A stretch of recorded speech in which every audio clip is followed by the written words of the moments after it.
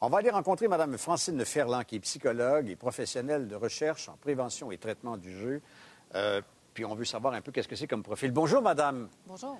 Bienvenue. Vous avez fait une étude, vous, justement, sur les profils d'un joueur, peu importe son âge, et les groupes de joueurs.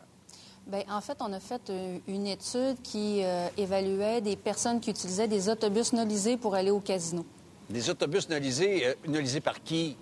Nolisés par des agences de voyage. Des agences de voyage au profit du casino, donc. Bien, l'autobus est nolisé par l'agence de voyage. Oui, mais on les amène au casino. Effectivement. Parfait. Qui sont ces joueurs? En fait, les joueurs sont majoritairement des femmes, moyennement scolarisées ou peu scolarisées, un peu moins qu'un diplôme secondaire et avec, en général, un revenu de moins de 30 000 par année. Et généralement, dans votre étude, est-ce que vous avez appris combien elles y consacrent de leur argent? Parce qu'à 23 000 par année, tu ne peux pas en dépenser trop, là. En fait, ce qu'on a regardé dernièrement, c'est avec seulement les personnes âgées qui utilisent ces voyages-là. Et ce qu'on a remarqué, c'est que les personnes âgées vont dépenser autour de 3 000 par année en activité de jeu. Ça représente environ 2 800 là, pour ce qui est de l'activité de casino comme telle. Donc, plus de 10 de leur revenu brut. Un peu plus, oui. Comment vous avez réagi? Moi, tantôt, j'ai fait un sursaut quand le monsieur, dans son intervention, dit « Écoutez, la création de Ludoplex, c'est une affaire de santé publique. » C'est assez incroyable d'être capable de nous passer ça entre les dents sans rire. En fait, les Ludoplex, je les ai pas vus. Il n'y en a pas encore à Québec. Non, mais 200 machines, en prétendant qu'on les a enlevées dans d'autres endroits, on les a concentrées. Est-ce que c'est pas plutôt plus invitant que d'autres choses? On ne sait pas, on va voir. Je sais qu'il y a une évaluation qui va être faite de ces ludoplex-là. Moi, ce que j'ai vu avec l'étude que j'ai faite auprès des personnes âgées, c'est que les personnes âgées sont pas vraiment intéressées par ces activités-là de machines à sous dans les bars ou dans les ludoplex. Donc, pour ce qui est des personnes âgées, on pense pas pour l'instant là, que ce soit vraiment une problématique. Par contre, ça va être à surveiller dans le futur. Elles préfèrent se rendre dans le casino. Oui.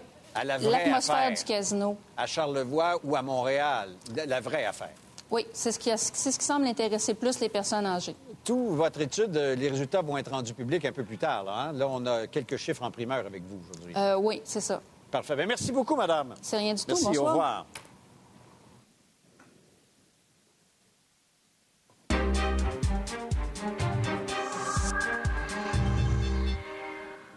Quel bon gouvernement.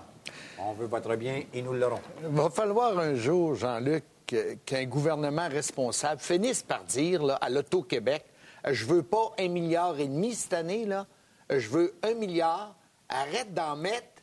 Arrête d'exploiter le monde. Oui, puis travaille donc convenablement. Oui, mais la commande est donnée par l'État. Ben, c'est ça. Regarde, la boisson, le jeu, ces affaires-là, c'est tout ce qui est payant pour un État. C'est une taxe déguisée. Tout ce qui était autrefois de l'ordre du banditisme. Ah, le péché.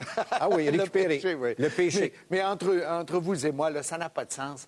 Le gouvernement se fait le complice d'aller piger dans les poches de personnes qui n'ont pas d'argent à donner pour ces choses-là. On le sait. Et c'est toujours un peu plus pour nous expliquer que c'était l'hôpital du jeu, cette affaire-là. Là, hein? Oui, c'était mieux de concentrer ça là. Oui. Ils sont en atmosphère contrôlée. On va les soigner en même temps. Oui, c'est en atmosphère contrôlée. Ça va bien aller, ça. C'est honteux. Puis il faudrait peut-être, comme société, qu'on le fasse un jour, le débat, qu'on dise, OK, on va contrôler le jeu par le gouvernement, mais on va limiter le jeu.